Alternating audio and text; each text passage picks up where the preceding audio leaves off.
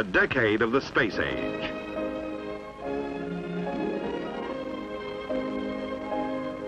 Scientific research institutions implementing the program for the exploration and conquest of space took part in making this film.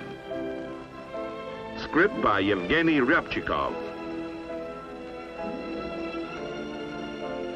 Photography, Vsevolod Afanasyev, Igor Kasatkin, and Vladimir Suvorov.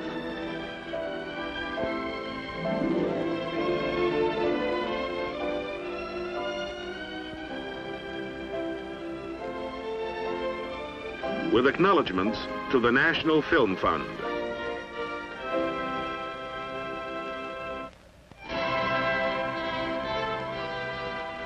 With the launching of the world's first Earth satellite in the Soviet Union, mankind entered the space age and began a new chapter of human history.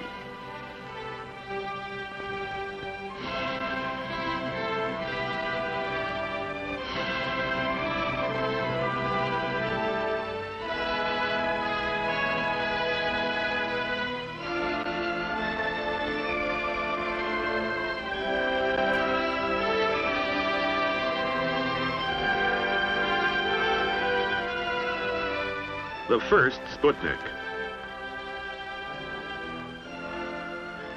By October 1957, following a long period of theoretical calculation and experimentation, the first artificial Earth satellite, in the shape of an aluminized sphere weighing 83 kilograms, was pronounced ready. And on October 4th, 1957, a world-stirring event took place.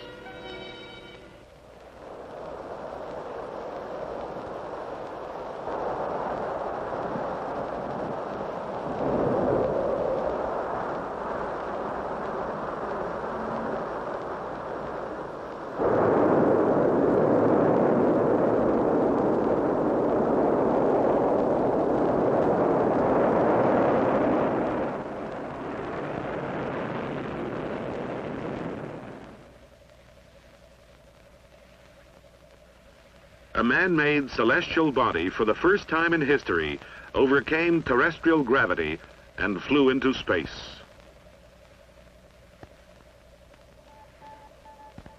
After jettisoning the nose-fairing and last stage of the carrier rocket, the Sputnik started circling the Earth in a pre-calculated orbit. Science and technology had made a major breakthrough. They had laid the road into space.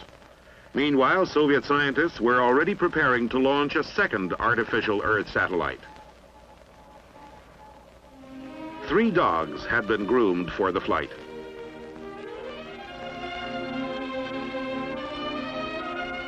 This is the dog Laika. It had been trained to live in a special container.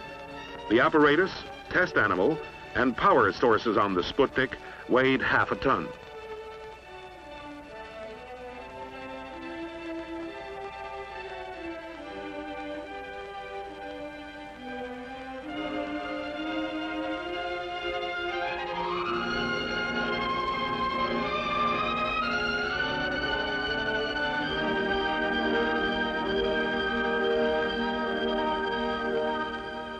A month after the first launching, the second Sputnik was sent up.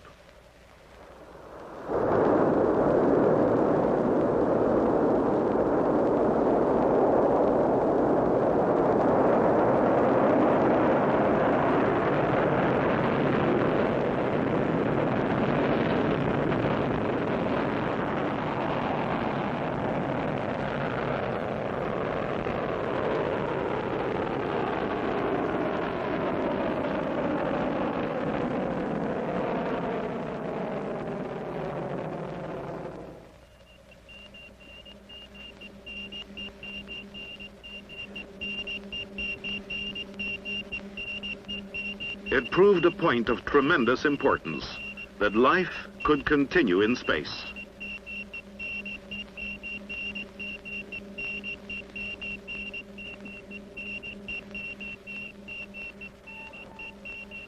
With 2 Sputniks orbiting the Earth simultaneously, the whole world began to speak about the triumph of Soviet science.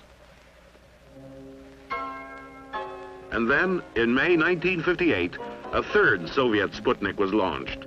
This one, weighing over a ton, was a real automatic scientific station, transmitting to Earth a wide range of data. The Sputniks were followed by space rockets.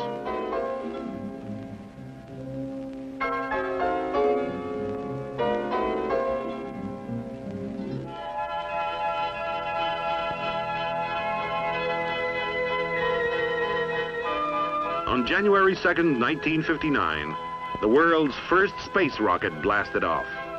It passed close by the moon and then flew on to become a man-made planet of the solar system.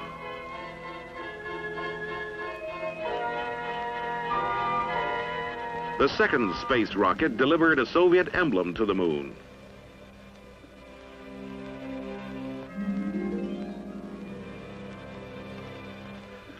On October 4th, 1959, a third space rocket put in orbit a space station for photographing the far side of the moon.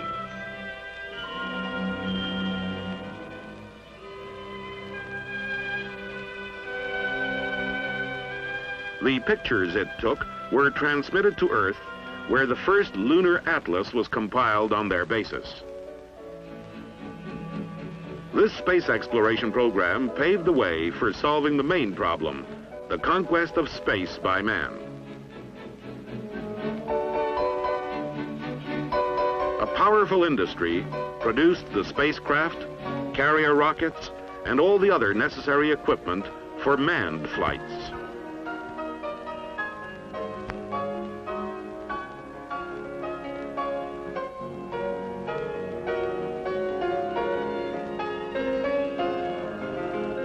At that time, the future astronauts did not know yet who would make the pioneering flight.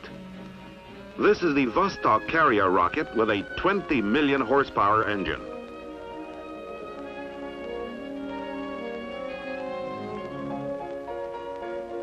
Day after day, the astronauts-to-be trained, studied, and attended lectures.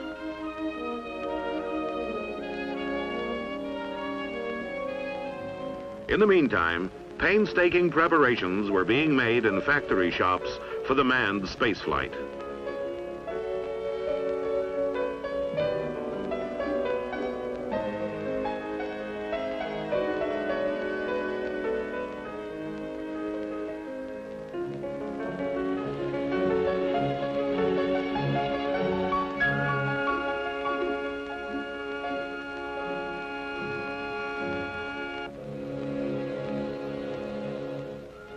The onboard systems designed for the Vostok-type craft were perfected by studying their behavior on unmanned spaceship satellites. There was a dummy man on the 5th spaceship satellite, and it came down safe and sound. All the equipment of the astronauts was also tested.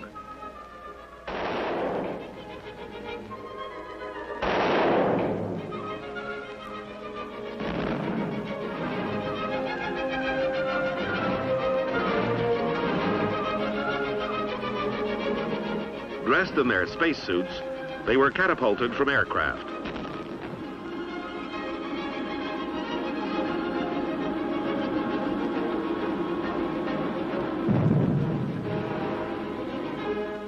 The spacesuit would act as a lifesaver should the astronaut touch down on water.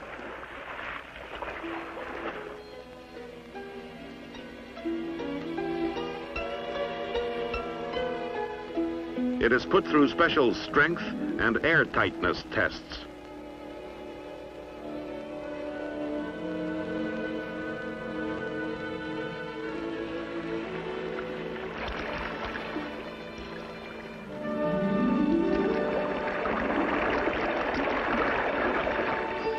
Then came the final periods of training.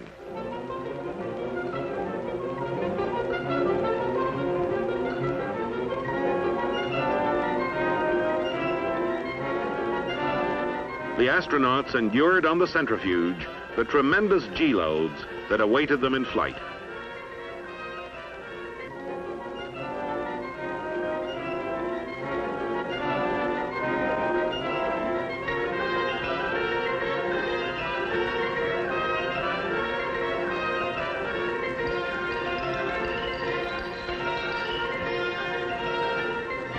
far, this was just a rehearsal.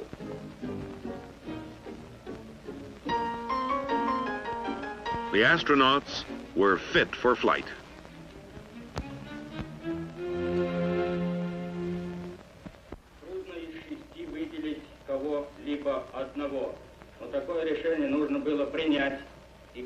It's difficult to single out any one of 6 splendidly trained astronauts, but that must be done. The Air Force Command recommends Senior Lieutenant Yuri Gagarin for the first space flight, and it has decided to appoint Herman Titov as backup pilot.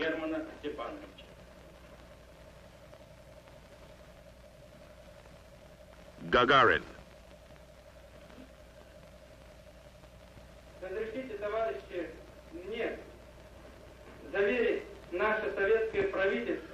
Allow me to assure the Soviet government, Communist Party, and people that I'll carry out with honor the task entrusted to me, and that I'll be able to overcome all difficulties I may encounter the way a communist should.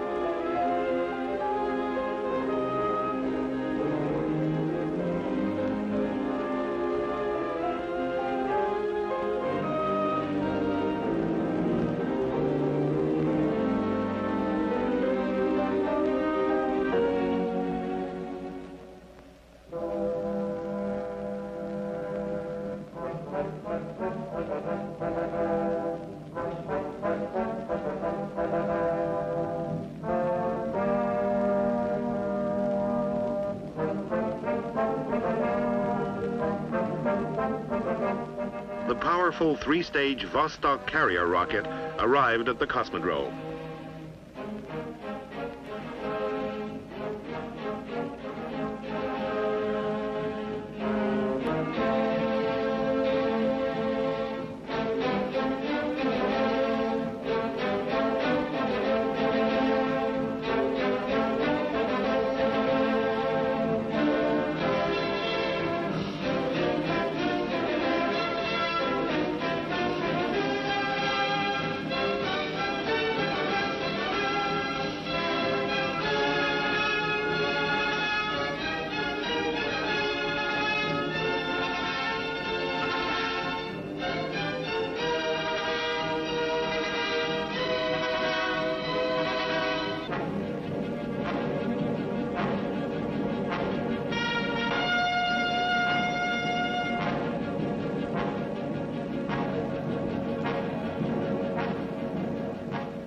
Years will pass, but April 12, 1961 will always be remembered.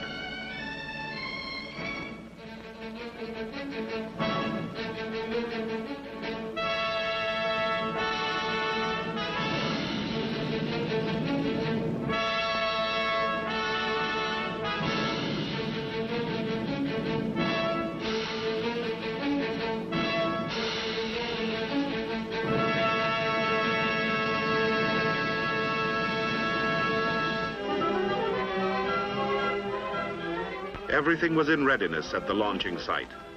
The epoch-making hour had arrived.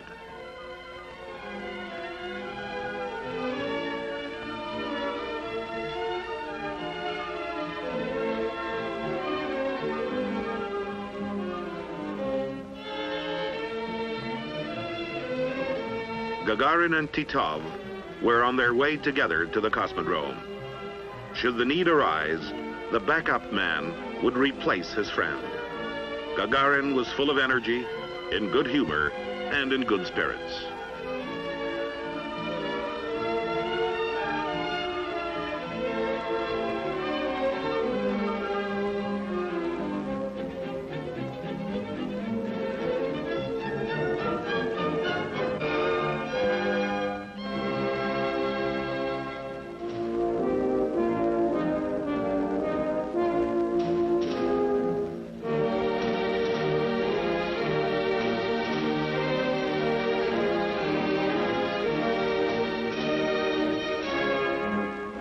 The first strides into the unknown were about to be made.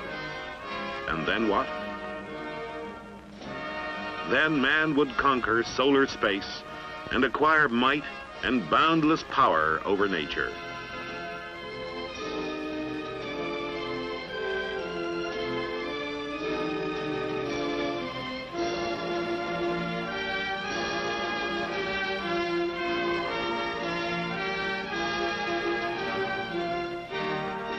The rocket stood poised.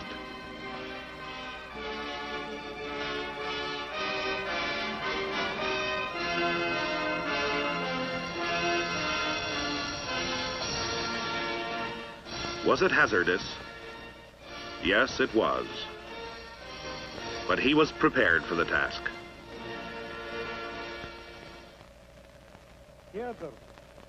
Cedar, this is Dawn 1. How am I coming through? Over. Attention. A minute countdown. Заря 1. Внимание, минутная готовность. Минутная готовность. Заря 1, я Кедр. Вас понял, минутная готовность. Занимал исходное положение, занял. Поэтому несколько задержал с ответом прием. Ключ на старт. Ключ на старт. Есть старт. Протяжка 1. Здесь протяжка. Продувка. Продувка. Продувка. Есть продувка. Ключ на дренаж. Ключ на дренаж.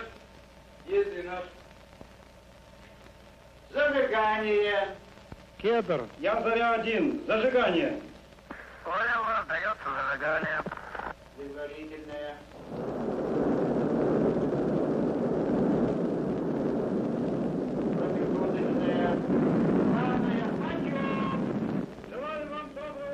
Academician Korolyov, the chief designer, wished the astronaut a happy landing.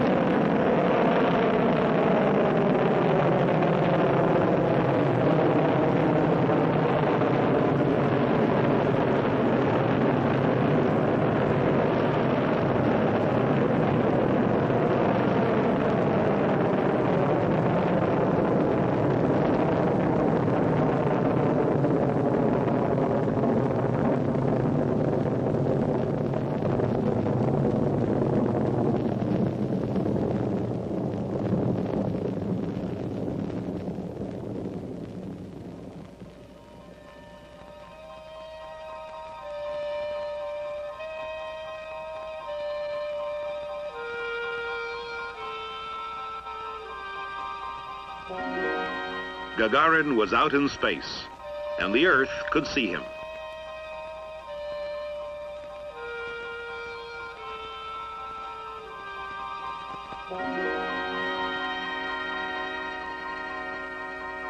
All this was being done for the first time.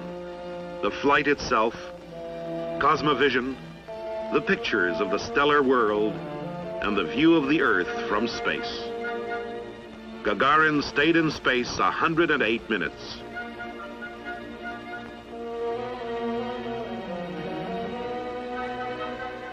He touched down near Saratov on the Volga.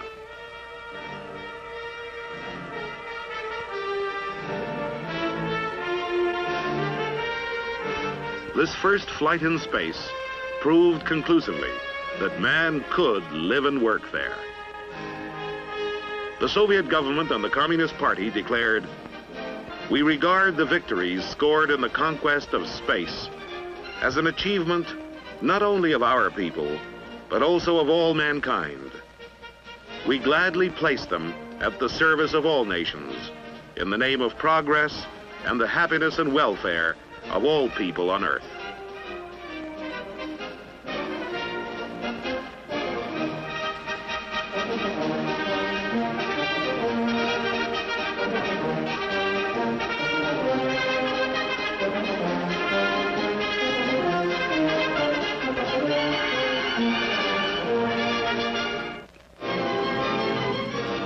He's lauded in all lands as the hero who blazed the trail to the stars.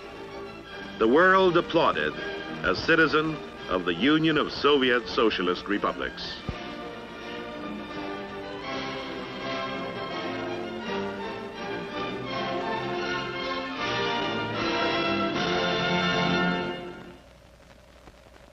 Stage-by-stage conquest of the boundless expanses of the universe began with one astronaut going up after another. The backup astronaut for Gagarin, Titov, was now himself preparing to take off. His task was to spend 24 hours in space.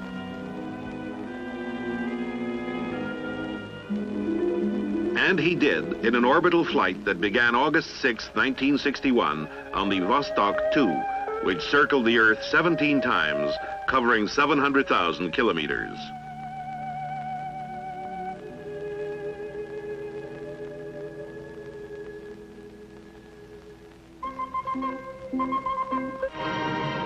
He landed exactly where Yuri Gagarin had touched down, near Saratov on the Volga.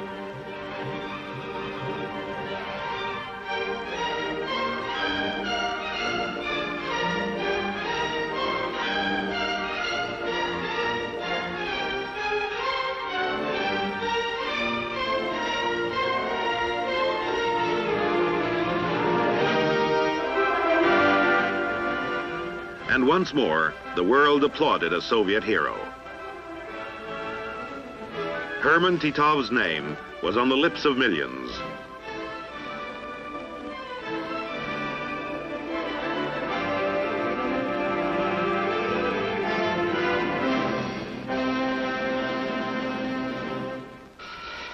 Meanwhile, new astronauts continued to be trained.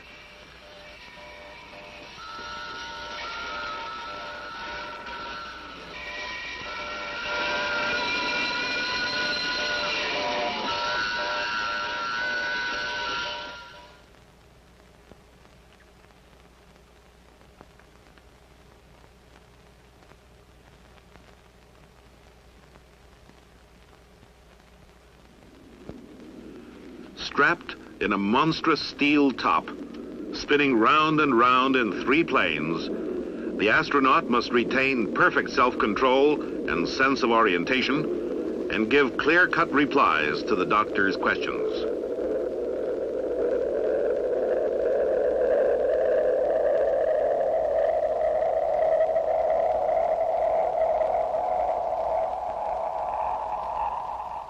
In the heat chamber, it's hotter than at the equator.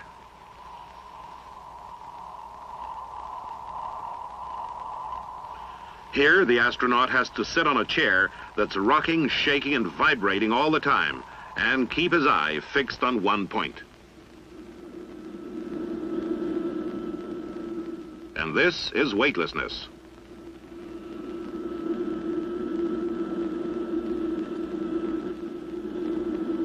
A swim in the pool of weightlessness on board a plane.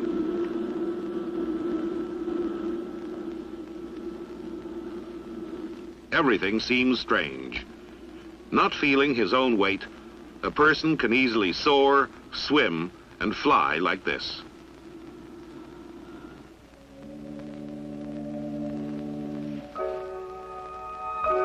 The first experiences in space were shared.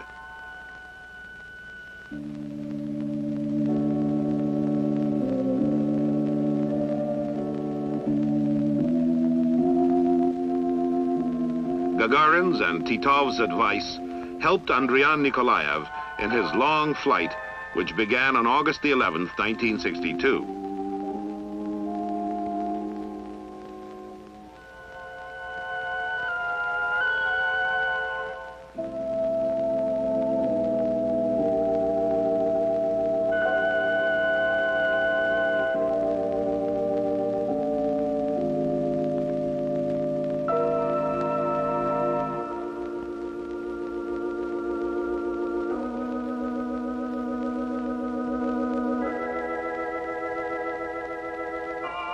Then Pavel Popovich's spaceship took off in his wake. The Heavenly Brothers, as they were called, made the world's first group flight which demonstrated high precision in putting two spacecraft into pre-calculated orbits and in joint flight.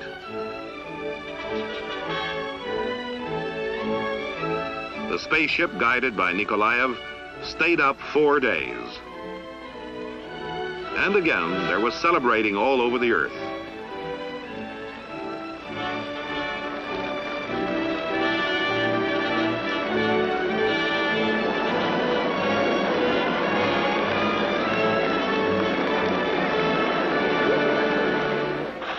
The astronaut-by-astronaut offensive in the conquest of space continued with Valery Bykovsky in flight. His call word was Hawk.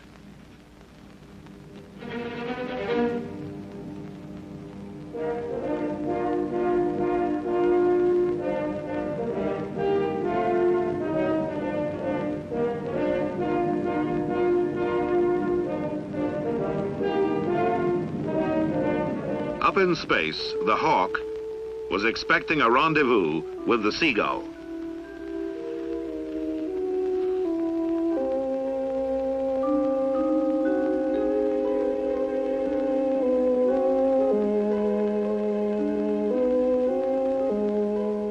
On the launching site was the world's first woman astronaut, Valentina Tereshkova.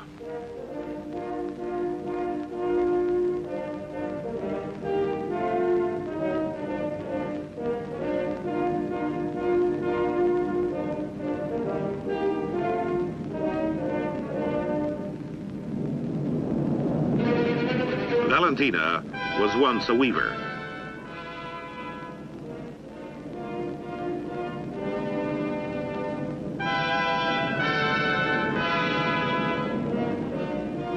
Bykovsky was in orbit.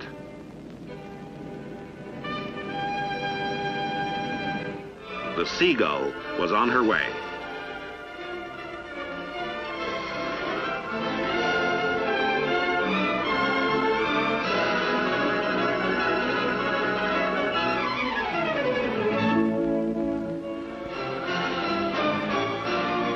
On June 16, 1963, people everywhere were talking about the woman who had soared to the stars.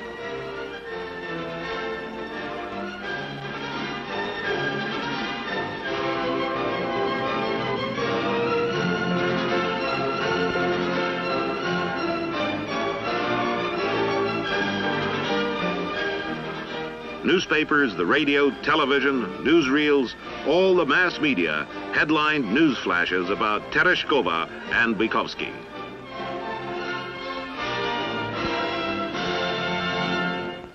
And then they were back again on good old Mother Earth.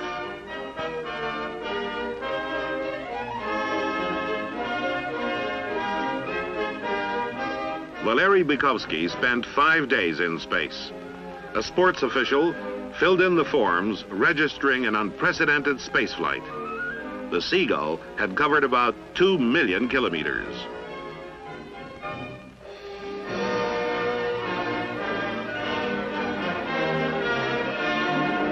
And here they were, the heavenly brother and sister, together.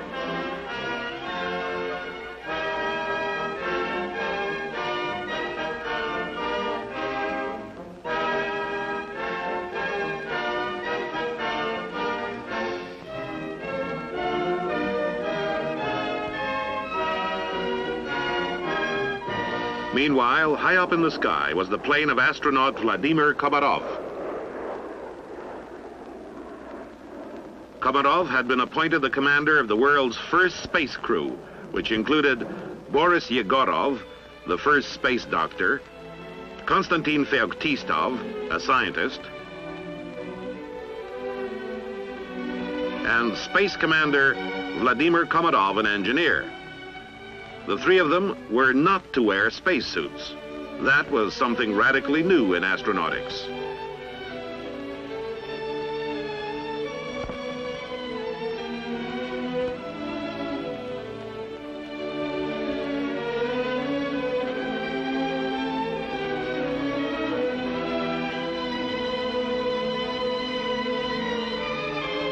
The astronauts listened attentively to the lecture delivered by Konstantin Feoktistov.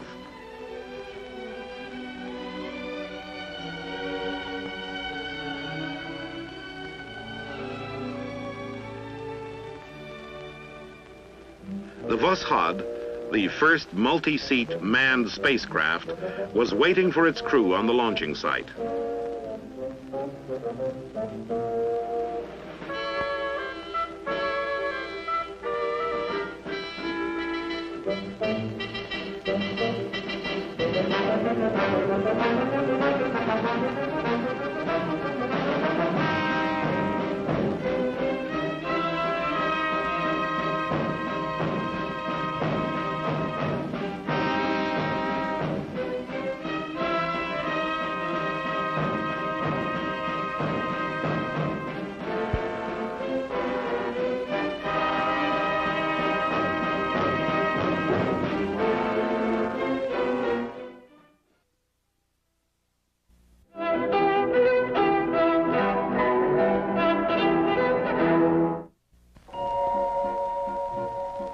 Central Documentary Film Studios, Moscow.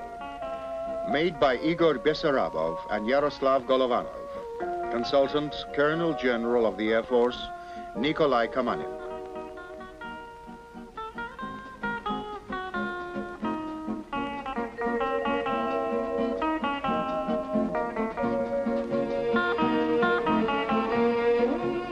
Producers have used the materials of the USSR Central Archives of Cine and Photo Documents and shots from foreign newsreels.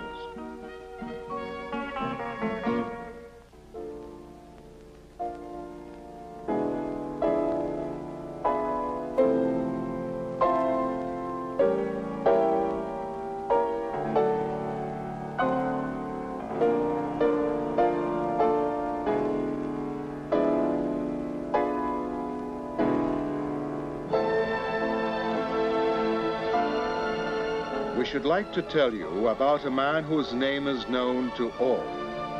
Every mother would gladly have such a son, and any country would be proud of such a citizen. And we proudly say, our Gagarin. В 9 часов 7 минут по московскому времени я услышал свист и все нарастающий гул. At 9:07 a.m. Moscow time, I heard a whistling sound and an increasing roar.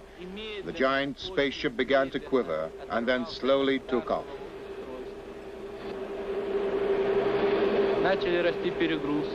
The G-forces mounted, pressing me deeper and deeper into the seat.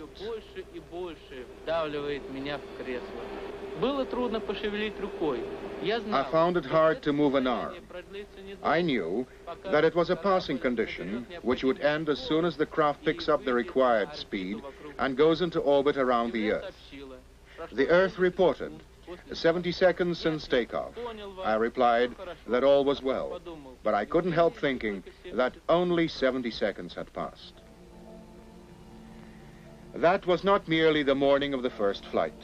Everything happened for the first time. A man woke up for the first time to make a flight into outer space.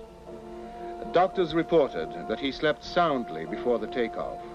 Academician Korolev spent a sleepless night. But the man who was to make the flight slept.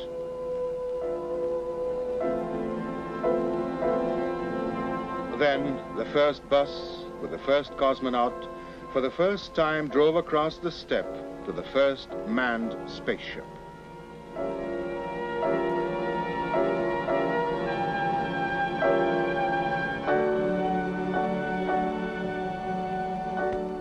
Cosmonauts later recalled that all of them had bruised their foreheads against his helmet.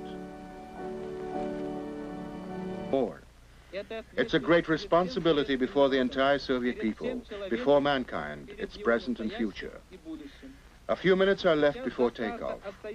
How I would like to embrace friends and people whom I had never met, near ones and those who are far away. Till we meet again soon. Attention, 60 seconds countdown.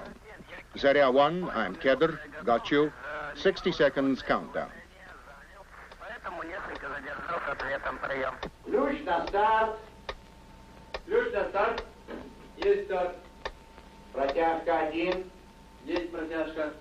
Продувка. Ключ на дренаж. Кедр. Я Заря 1. Зажигание. Понял, дается зажигание.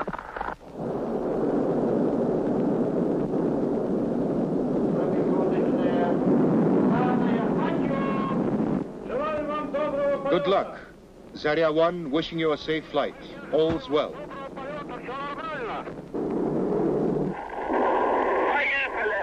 Off we go.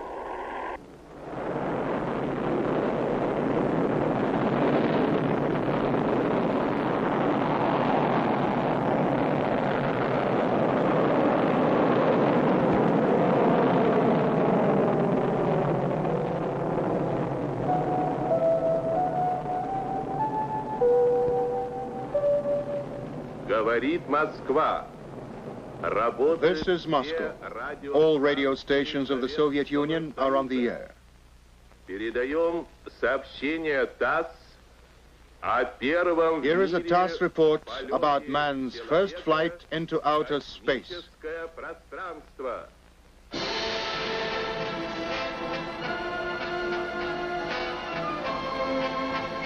The unprecedented has happened. Gagarin's flight has turned a new page in the history of mankind. A Soviet citizen in a Soviet spaceship has become a symbol of the triumph of Soviet science and technology, a personification of the mind and the labor of his country.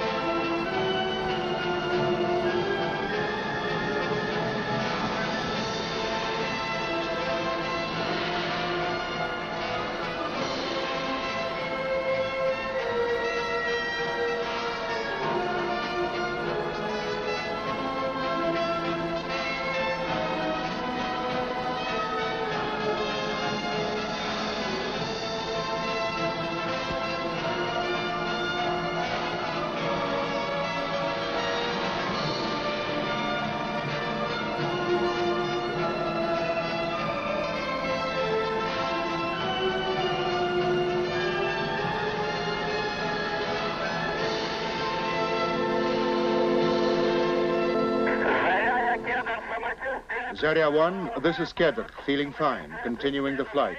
I'm in excellent spirits, observing the Earth through the porthole. Can discern the folds of the Earth and also rivers and forests. How are things below? Over. And on the Earth, the sky gleamed in the waters of lakes and rivers. The same sky which beckoned a trainee of the Saratov Air Club as he made his first flight.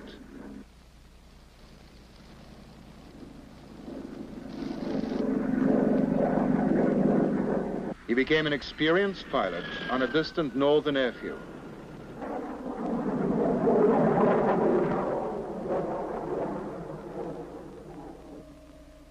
But there was still a long way to go before the memorable takeoff on the Cosmodrome. He was going to perform a mission no one had ever undertaken before, and its success required the most careful preparation and training.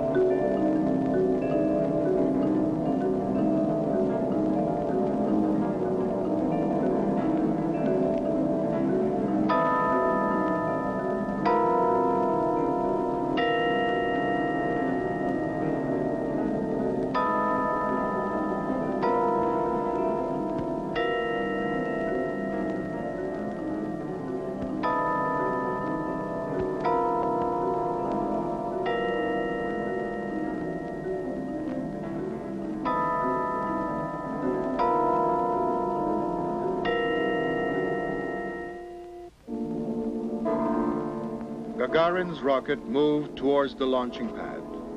The slow movement of this 38-meter-high machine had the solemnity of a march past. And indeed it was a march past of metallurgists, chemists, specialists in aerodynamics and electronics, radio engineering, and instrument making.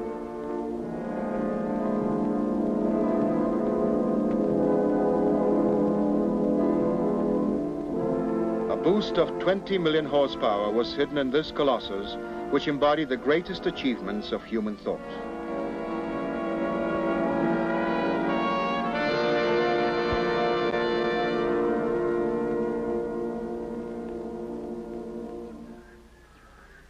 Few people knew about his mission. His mother didn't know.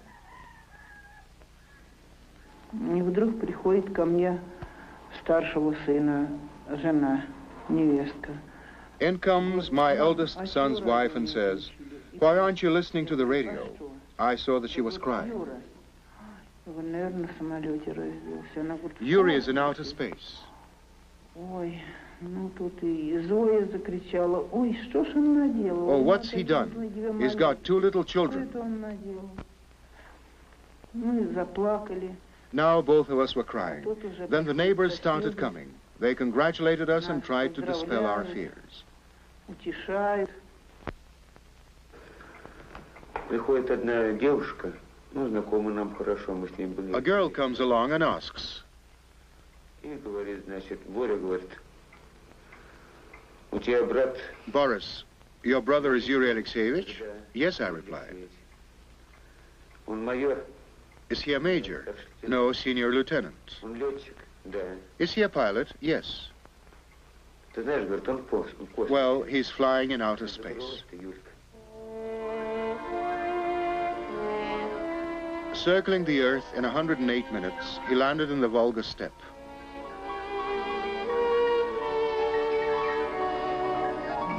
He was in a hurry to inform that he was alive and well, that he had landed and accomplished what people had always dreamed of.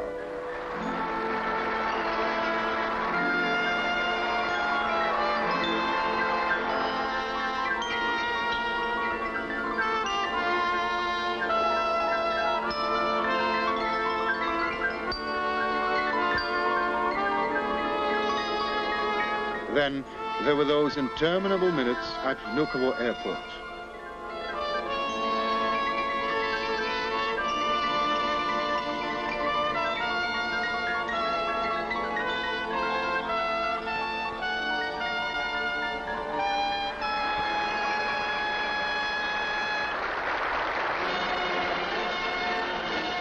Do you recall the moment he appeared? Well knit and sturdy, he strode along the red strip of carpet.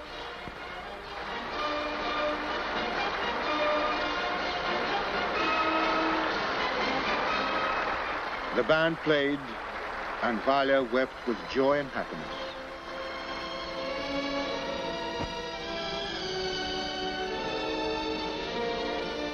His father simply couldn't believe that all these people were here to laud his Yuri.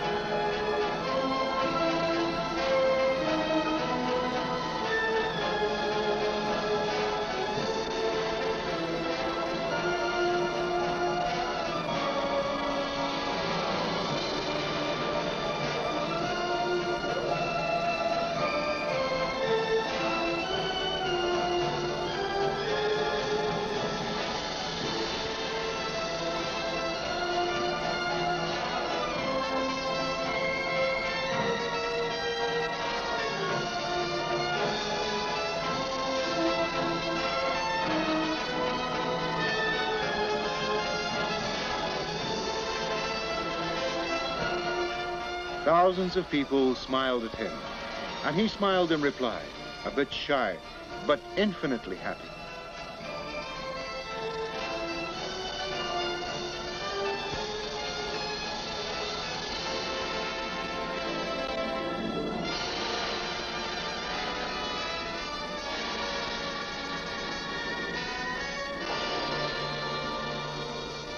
That evening, a lad, son of a village carpenter, a rank-and-file pilot, was awarded the country's highest decoration, the Order of Lenin with the Gold Star of Hero of the Soviet Union.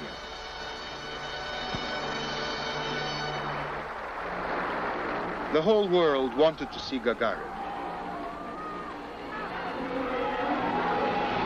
Not one of our contemporaries was so well known and so sincerely loved.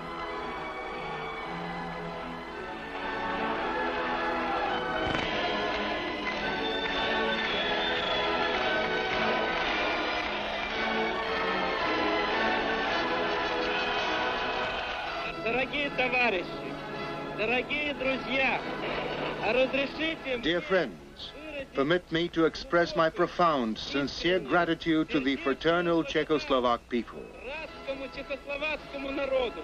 Разрешите, дорогие товарищи, выразить сердечную благодарность. Permit me, dear comrades, to express my heartfelt thanks to you, citizens of Golden Prague, for your hospitable welcome.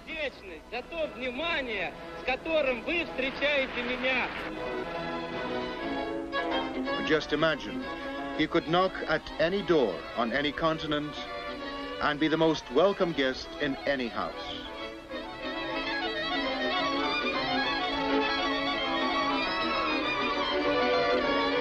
His charm was extraordinary.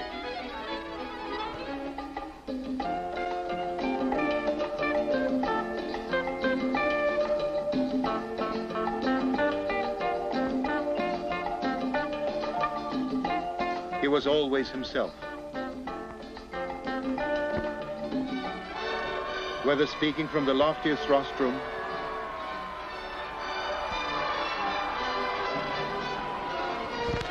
or talking with Bulgarian peasants in the fields.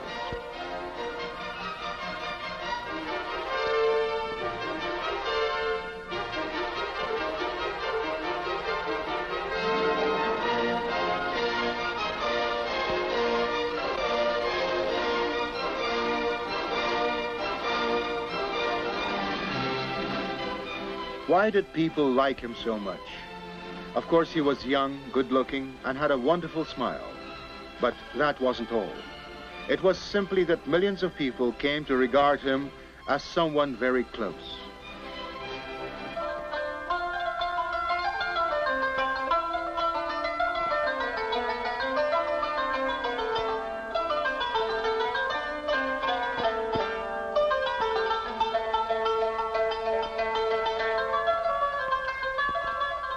Gagarin, a young communist, who could well be a grandson of those who accomplished the October Revolution, personified that revolution.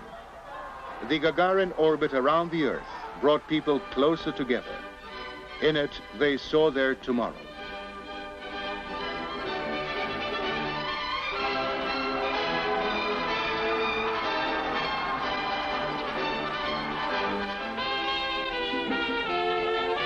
He was the Soviet Union's emissary in dozens of countries at one and the same time.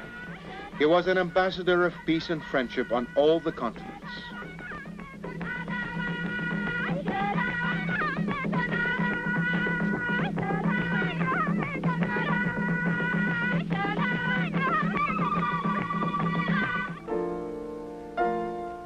It was incredible that he found time for everything he did. The end of his space flight was the beginning of his new work on the Earth. Together with his cosmonaut friends, Yuri Gagarin entered the Military Engineering Air Force Academy.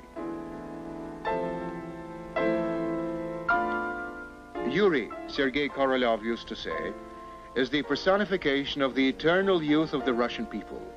Inherent courage, an analytical mind, and an exceptional capacity for work are happily combined in him. If he gets a firm education, we shall hear his name among the greatest names in Soviet science.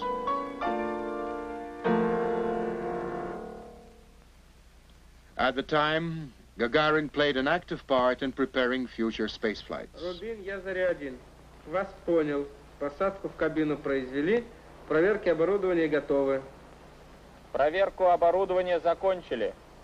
Все системы корабля работают хорошо. When Pavel Belyaev requested permission to land with the aid of manual controls, the decision had to be taken within a matter of seconds. A lightning discussion took place, and it was Gagarin who issued the order to do so. 5 years ago, I had the great honor of making the first space flight. In these 5 years, my friends and colleagues in the cosmonaut unit made their unforgettable flights in outer space. Currently, we are preparing a fresh experiment, extremely important in its complexity and significance. It's a mystery how he managed to cope with all his duties. He was deputy of the USSR Supreme Soviet, member of the Komsomol Central Committee. His energy was inexhaustible.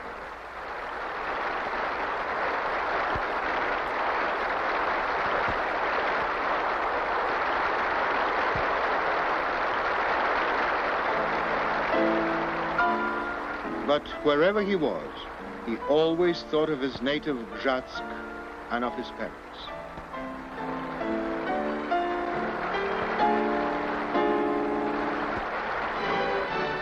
Cuba, a free territory of America.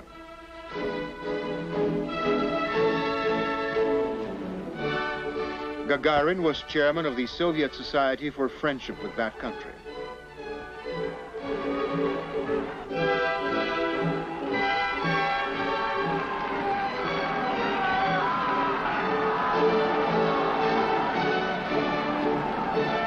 Heads of governments and the world's most prominent statesmen considered it an honor to receive Gagarin.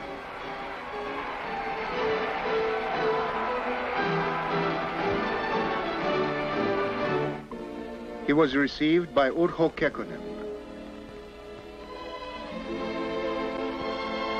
and was the guest of Jawaharlal Nehru.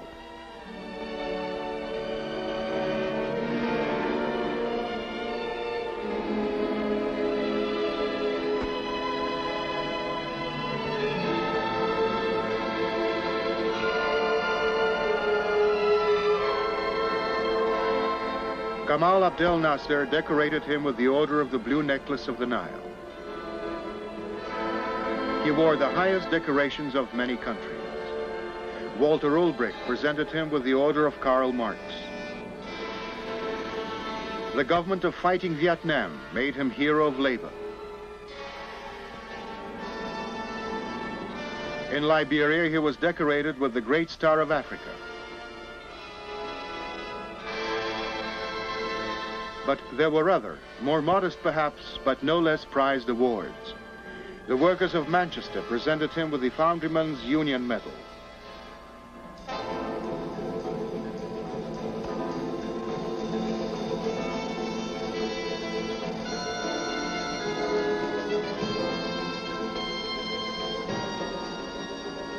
Hundreds of hands waved to him at the Danish shipyards.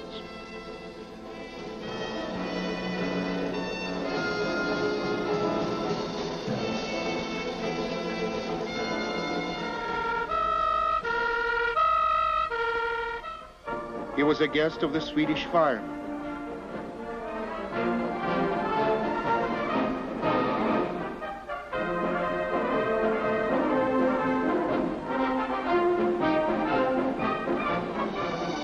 He was the hero of Swedish,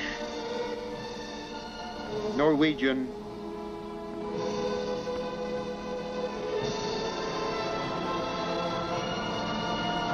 and of course our Soviet boys.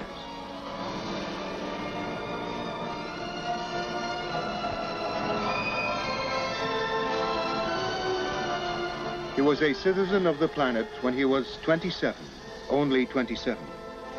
A car that drove him in Britain had UG-1, Yuri Gagarin 1, on its license plate.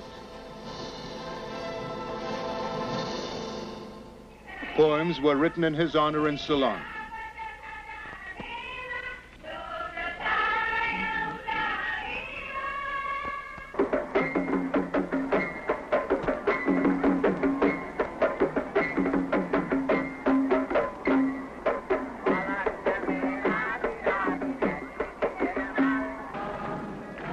Songs about him were composed in Japan.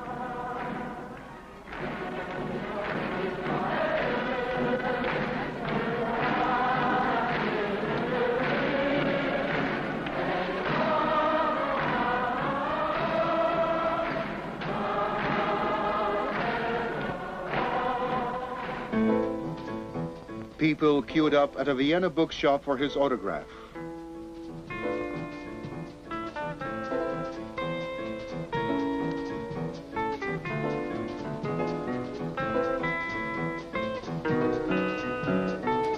It was an endless queue.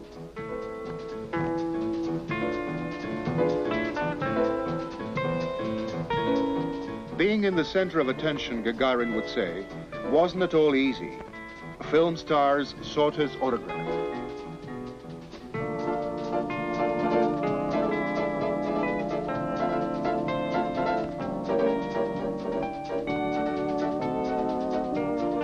He received invitations from celebrated writers and actors.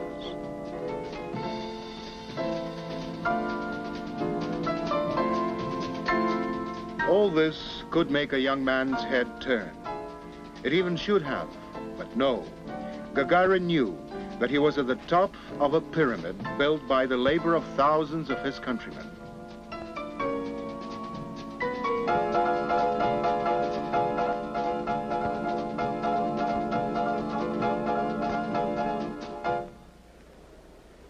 He formulated this very clearly at his first press conference, replying to a correspondent's question. If you, a family man and father of 2 children, were sent into outer space, that meant that the Soviet government and you were confident that the flight would be successful.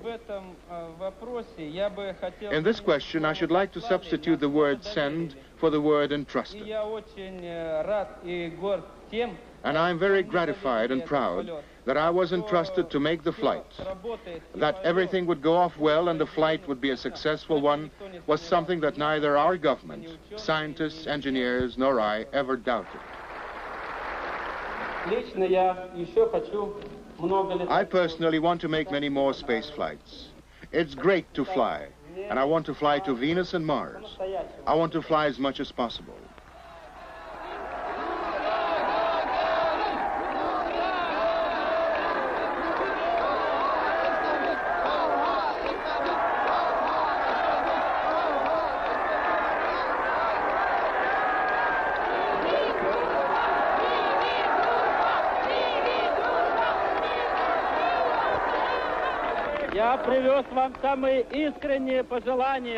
I should like to convey the most sincere wishes of the Soviet youth, of all Soviet people, that this festival would help strengthen the friendship of the young people from different countries and push further away the word war that is hated by all people on earth. He was also a father of 2 little girls.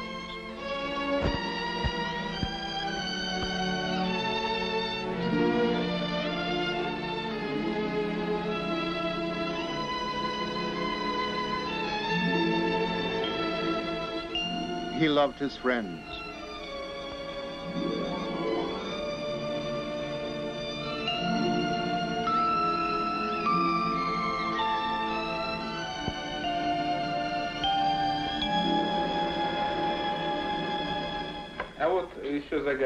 Here's another riddle for you. What has no legs but runs, no mouth but says when you must go to sleep and get up in the morning? A clock. She knows the answers to all the riddles.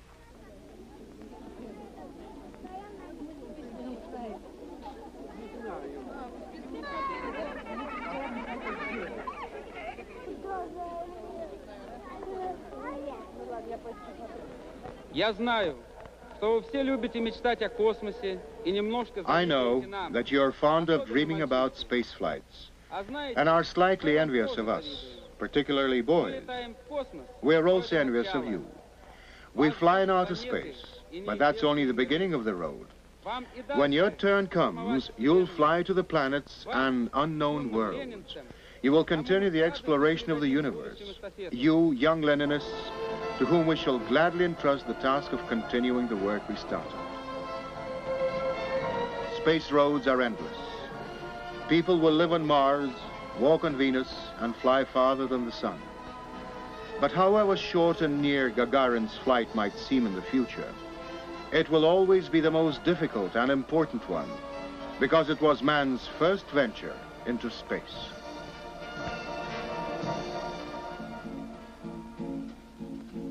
Вспомним о нем, жить рядом с ним нам с тобой повезло. Вспомним о нем, нам он оставил любовь и тепло. Все он оставил живым, кроме права делать зло. Вот мы о нем говорим, и на сердце светло. Мы снова вспомним о нем, о ласковом друге своем. Вспомним звездный причал и учебный штурвал, как нас Юра в полет провожал. Юра в полет провожал. Звезды в степи вновь зацветут незнакомым огнем. Вся наша жизнь, как бесконечная память о нем. Будут улыбки побед, только друга не вернем. Брещет в тумане рассвет, словно память о нем. Мы снова вспомним о нем, о ласковом друге своем. Вспомним звездный причал и учебный штурвал, как нас Юра в полет провожал. Юра в полет провожал.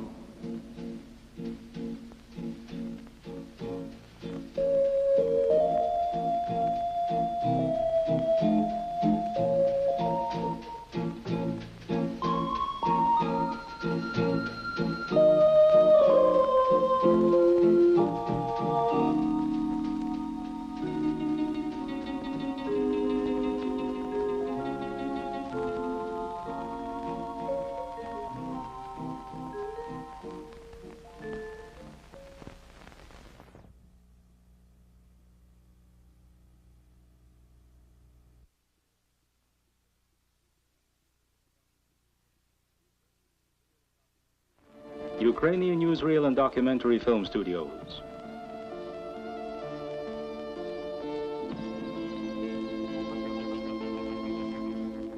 The cosmos, so recently a deep, dark secret, not to be unraveled, it seemed, for ages.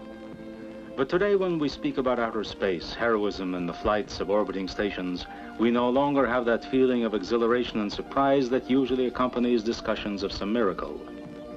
Today we speak of the cosmos and cosmic quite ordinarily, for today there are people who go up into space just to do a job.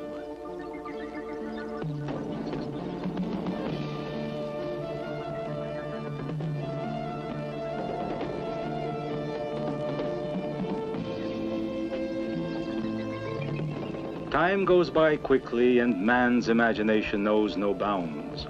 Just a few decades ago, it was but a few courageous dreamers who dared think of cosmic flights. Today, this is something that children dream and talk of.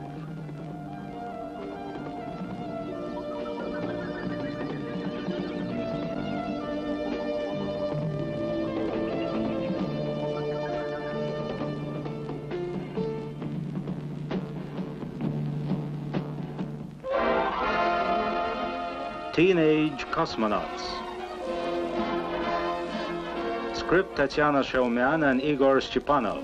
Direction Igor Rodachenko. Camera Vladimir Taranchenko.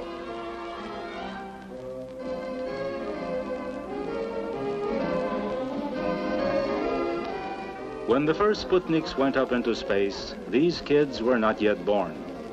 They were born in the space age and played cosmonauts like their fathers and grandfathers played automobile drivers and pilots. Gradually, the games became more interesting and little by little turned into a dream. Enrollment in the Gagarin Young Cosmonaut School.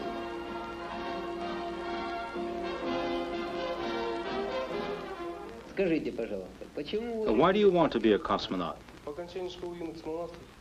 After graduating from this school, I want to be a pilot. And why do you want to be a cosmonaut?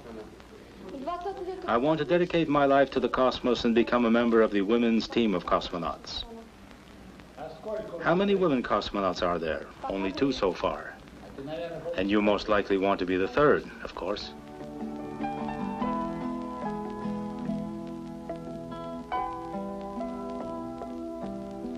The Young Cosmonaut School was opened in 1963 on a voluntary basis at the Orenburg Flying School, the same school where Yuri Gagarin studied and became the world's first cosmonaut.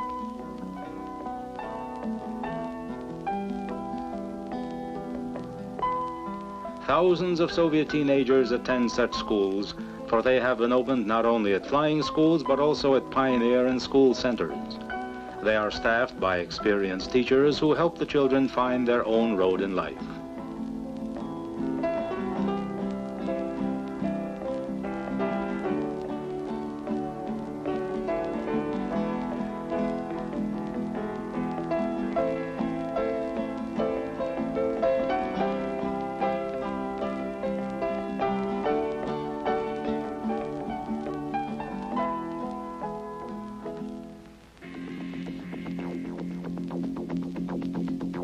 Twice a week after school, the children come here.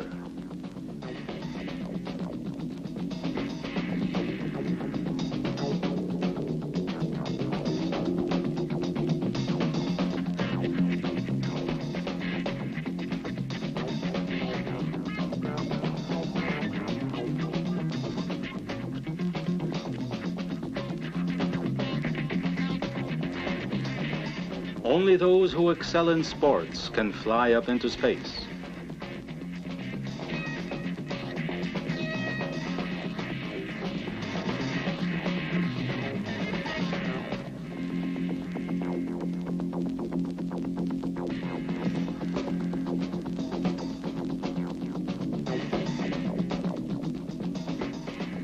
The kids attend cosmonaut school for 2 years, for they are well aware that it takes a lot of work and study to become a cosmonaut.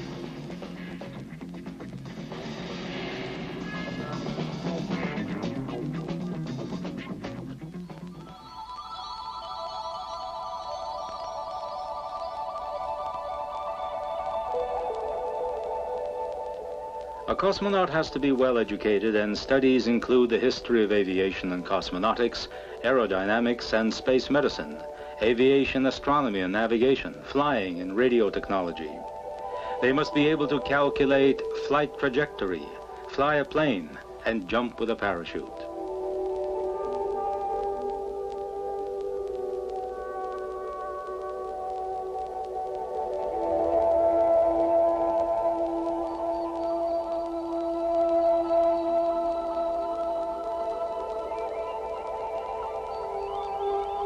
More than 1,000 teenagers have graduated this school in the 20 years of its existence.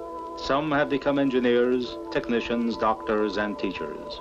But most graduates have made aviation part of their life, for the road into space lies through aviation.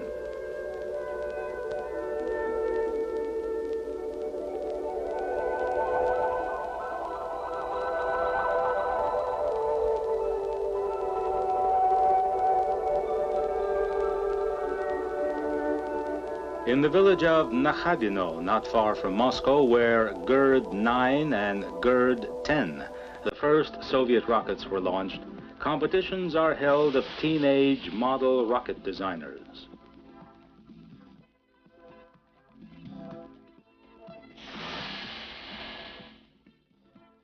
Model building is also one of the roads into space.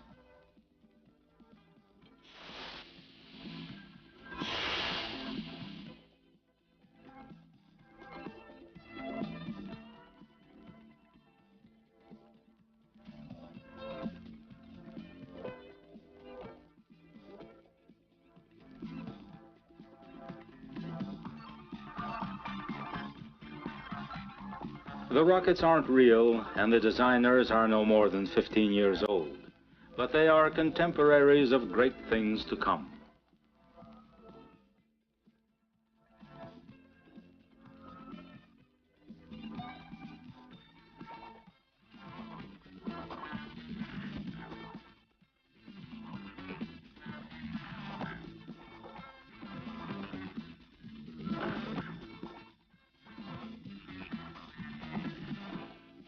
The kids are interested in everything, discoveries in space and in the ocean depths, the mystery of the atom and of distant worlds. It is important to help them in time to find their road in life.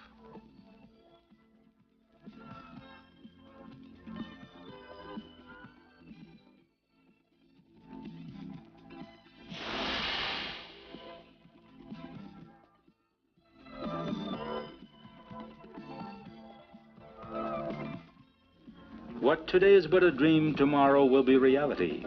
That is why you must attempt to see beyond the unknown, says Grigory Bardashev, a physics teacher in the secondary school in the city of Taganrog. He also conducts a group in model building and cosmic technology.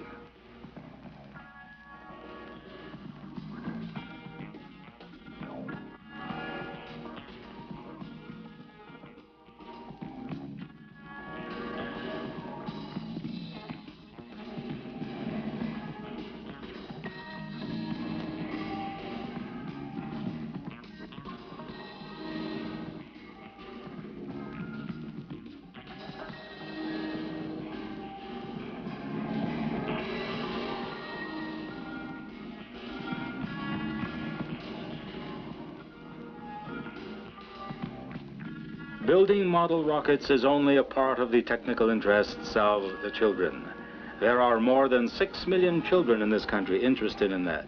Seeing these models, which but 10 years ago would be considered discoveries, we begin to understand the constant concern of the Soviet state for the growing generation.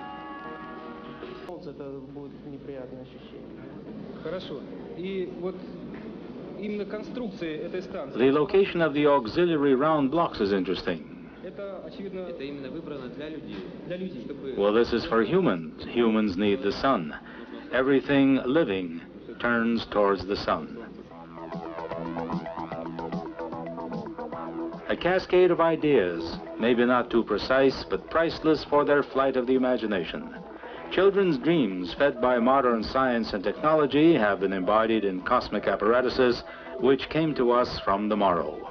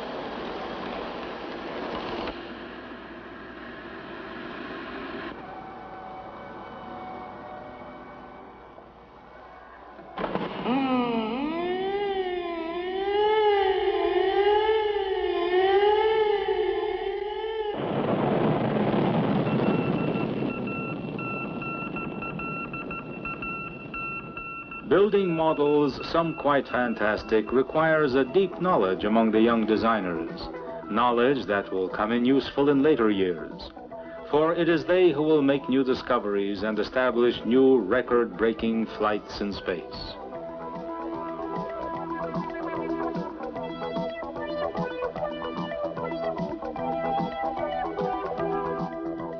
Cosmonaut Anatoly Berezevoy, guest of honor at these competitions, believes these children will be capable of continuing this work, for many of their ideas and suggestions are far from childish.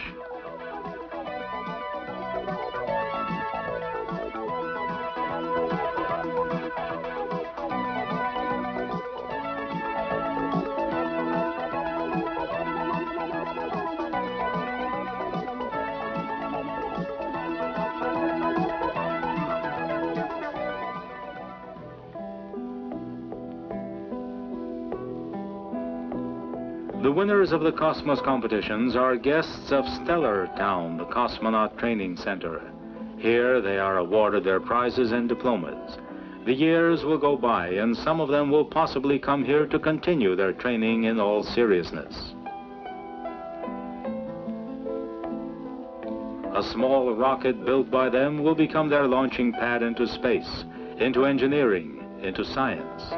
So far, they conquer space in their imaginations. But the day is not far off when hundreds of teenage cosmonauts and designers will blast off into the cosmos.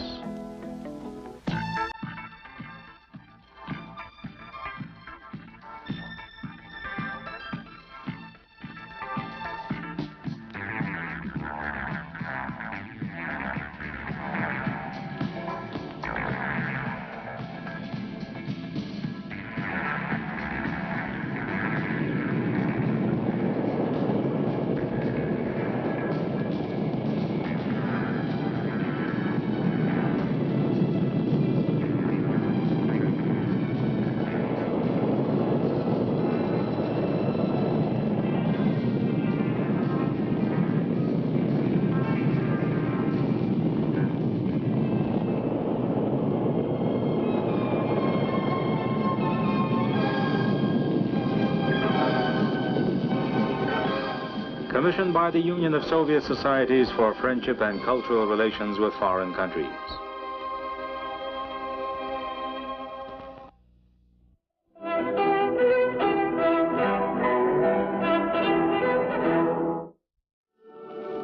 Soyuz Apollo link-up. It was only 14 years ago that man had his first glimpse of the Earth from outer space, and saw that it wasn't so big after all.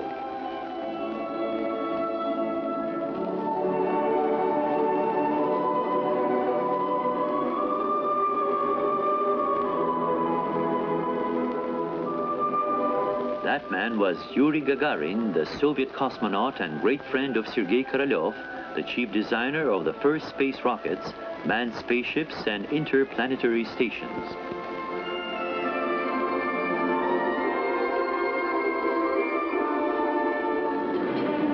Right after Yuri Gagarin's flight, the Communist Party and the government of the Soviet Union issued an appeal to the peoples and governments of all countries. We regard the victories in the conquest of outer space the achievements not only of our people, but of the whole of mankind. We gladly place them in the service of all the peoples, for the sake of progress, happiness, and well-being of all the people of the world.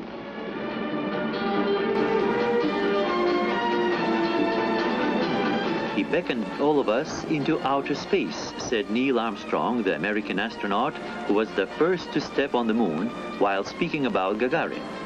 The agreement between the USSR and the USA on joint space research proclaims that the two sides shall develop cooperation in cosmic meteorology, study of the environment, terrestrial space research, the moon and the planets, cosmic biology and medicine.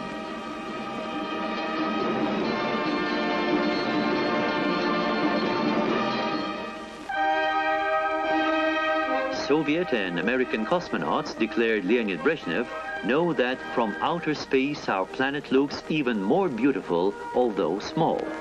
But it is big enough for us to live on it in peace, though too small to endanger it by nuclear war.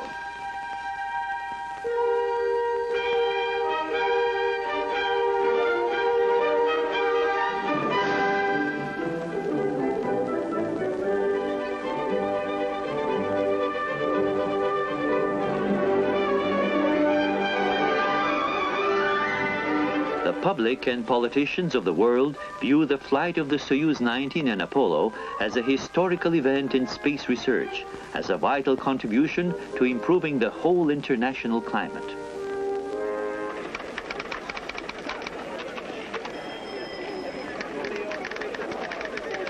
The press center covering the Soyuz Apollo flight began working in Moscow on July the 14th, 1975.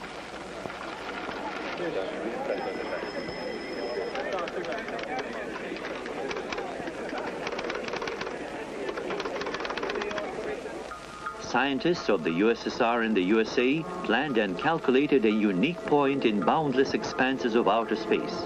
The spaceships Soyuz and Apollo should meet at this point under the flags of the two states. The date of the meeting, July 17th, 1975. On the Earth that day, millions of people pronounced the names of the 5 brave men: Alexei Leonov, Valery Kubasov, Thomas Stafford, Donald Slayton, Vance Brandt.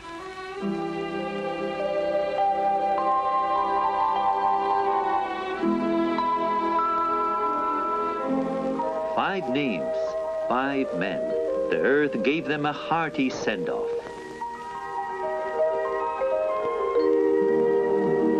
The androgynous peripheral link-up module. It will enable any type of ships to link up in outer space. And this means, if need be, they can come to the aid of each other. The conquest of outer space can be approached from various points of view: historical, social, the day-to-day practical point of view. Yet, no matter how boundless the world of man's interest might be, he will always try to fathom the mysteries of nature. Man's wisdom will scale the heights of life, yet he himself will always be only a part of his world, simply a man.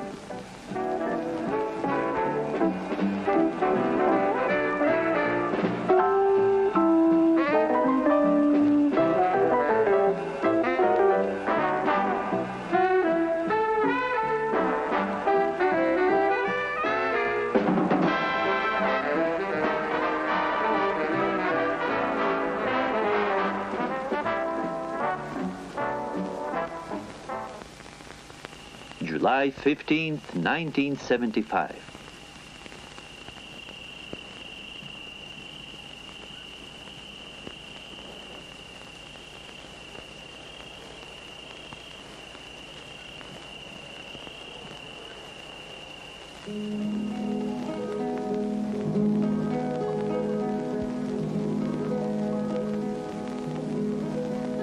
Судьба твоя, Россия, над речкою ветла, Смоленская дорога, что к звездам привела. Смоленская дорога, что к звездам привела. Мальчишечья улыбка, да мудрые слова.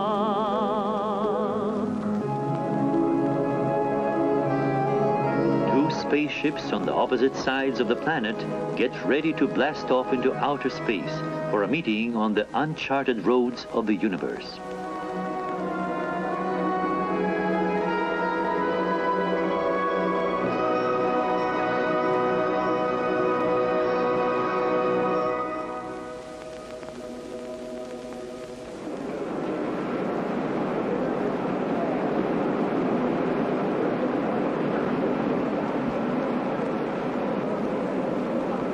Today, on July the 15th, at 10 hours 20 minutes, they began fueling up the rocket carriers. Actually, behind this modest press bulletin stood 2 years of hard work.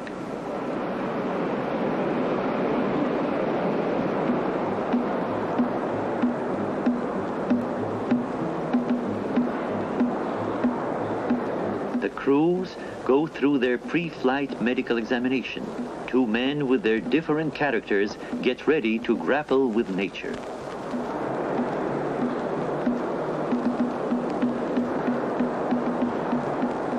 Two men out of 250 million Soviet citizens.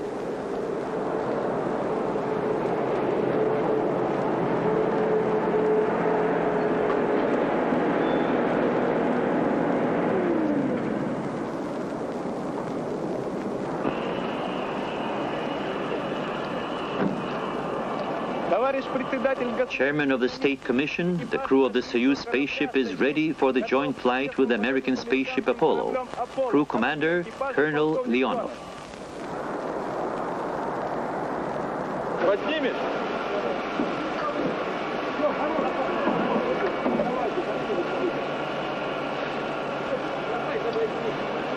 Дорогие товарищи, друзья, Dear comrades, friends, we have the great honor of participating in the first international flight of manned spaceships.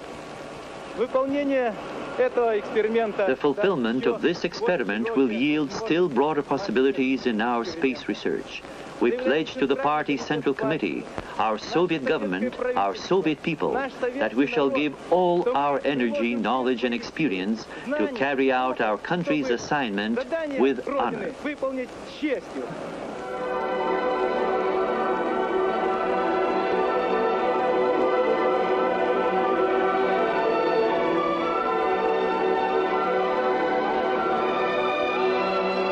2 out of 250 million Soviet citizens. Alexei Leonov hails from the village of Lysvyanka in the Kemerov region, born in 1934. Valery Kubasov comes from the town of Vyazniki in the Kyazma area, born in 35. Leonov was the first man in the world to walk in outer space. Kubasov was the first in the world to weld metals in outer space. Both were decorated with the Tsiolkovsky gold medal. 15 hours, 20 minutes Moscow time, Baikonur Cosmodrome. The Soyuz 19 blasts off from the planet Earth.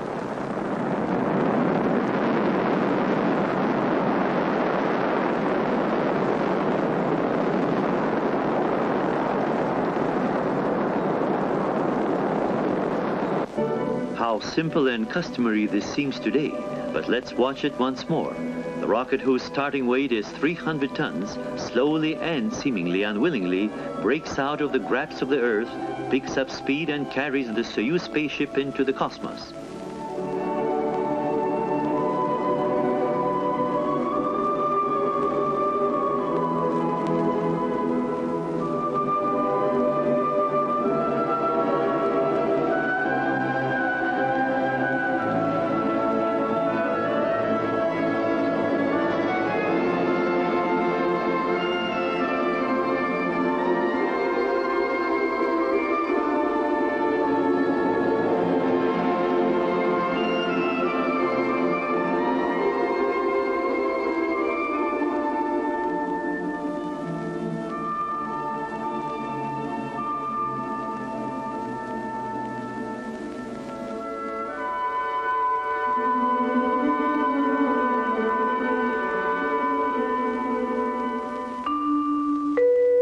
During the fifth orbit of Soyuz 19 around the Earth, its orbit is checked at Soviet Flight Control Center.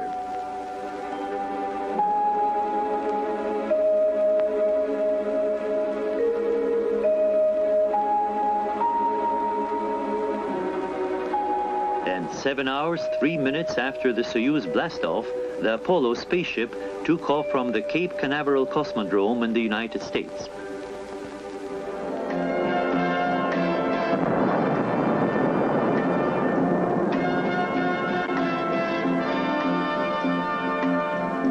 The commander of the ship, U.S. Air Force Brigadier General Thomas Stafford, was born in 1930 in Weatherford, Oklahoma. Pilot of the command module, test pilot Vance Brand, was born in 1931 in Longmont, Colorado.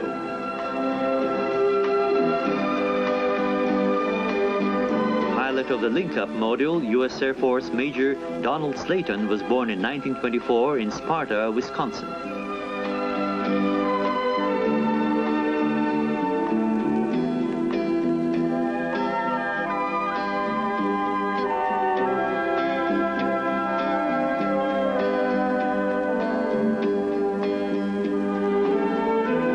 First time in history, control of the spaceships was carried out from 2 different continents. Tracking stations engirdled the whole globe. A hotline worked permanently between the Soviet and American flight control centers.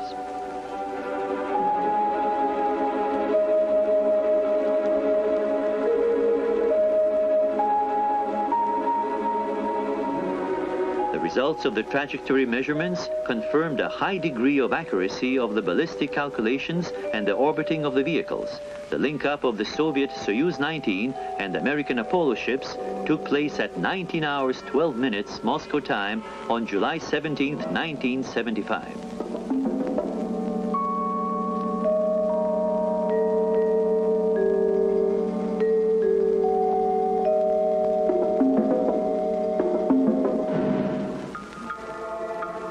Perhaps the first step towards this meeting was taken 30 years ago during the victorious days of 1945 on the Elbe River in the center of Europe, destroyed by fascism.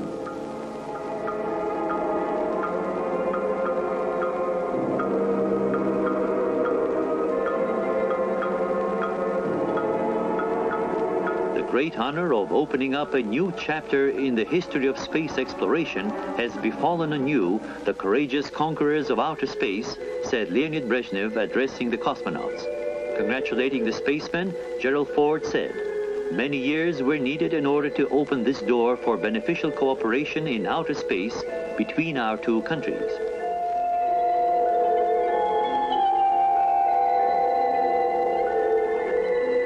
In 1975, in outer space, the crew of the first International Space Expedition conducted joint studies in medicine, biochemistry, astrophysics, space technology. On the 96th orbit of July the 21st, at 13 hours 46 minutes Moscow time, the Soyuz 19 undocked with the Apollo.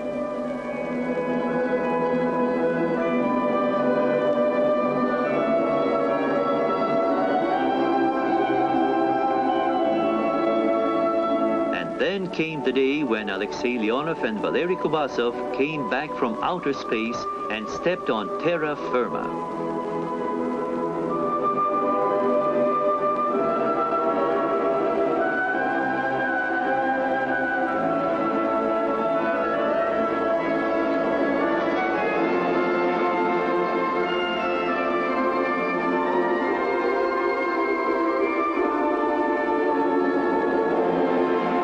Joy and happiness of the meeting, Arkalik, Baikonur, the Earth. The memorable firm handshake with American astronauts Thomas Stafford, Vance Brand, Donald Slayton. They're still up there in outer space.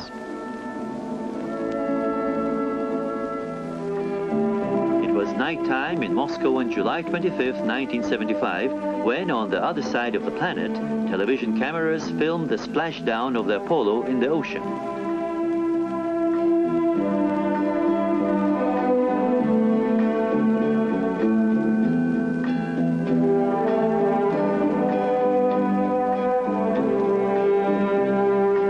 Of the American ship was also a success.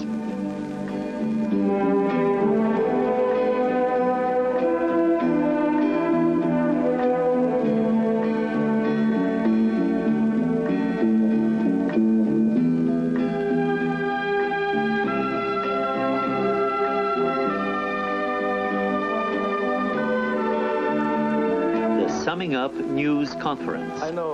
Alexei Leonov. Я знаю, что в течение нашего полета вы очень много работали и все знаете о нашем полете. I know during our joint flight we did a very great job. Therefore, we know everything about our joint flight. Я могу сказать только лишь одно. I can only say that our part of the joint Soviet-American flight was completed successfully. Закончено успешно. Это заслуга не только нас, Валерия Кубасова. That was due not only to Valery Kubasov and myself, it means the whole complex of the Earth and spaceship functioned faultlessly. Valery Kubasov.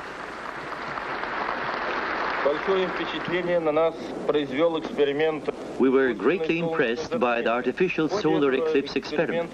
During the experiment, the Apollo was to eclipse the sun while we did the photography. And when the Apollo began to move away from us, we witnessed an unusually beautiful picture of the solar corona. This picture was supplemented by flashes of the Apollo's engines, which were stabilizing the ship, and then there was exposure due to the Apollo's big antenna.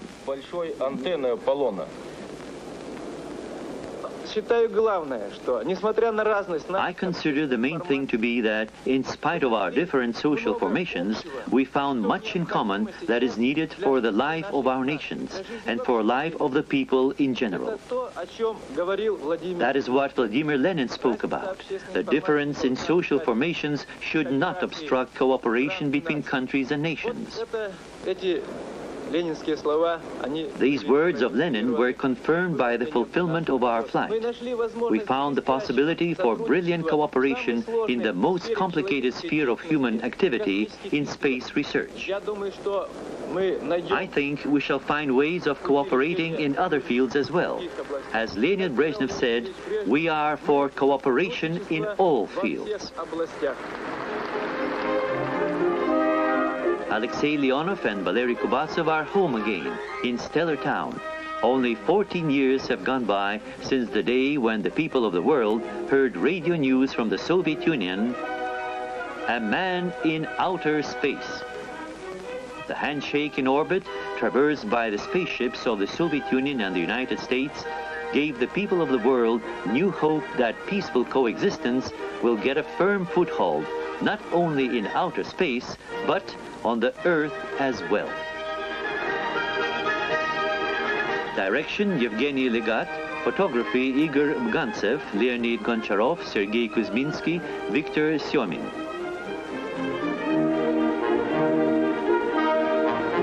Materials of Central Television were used in the making of this film. Central Documentary Film Studios. I guess you're about the only person around that doesn't have TV coverage of the scene.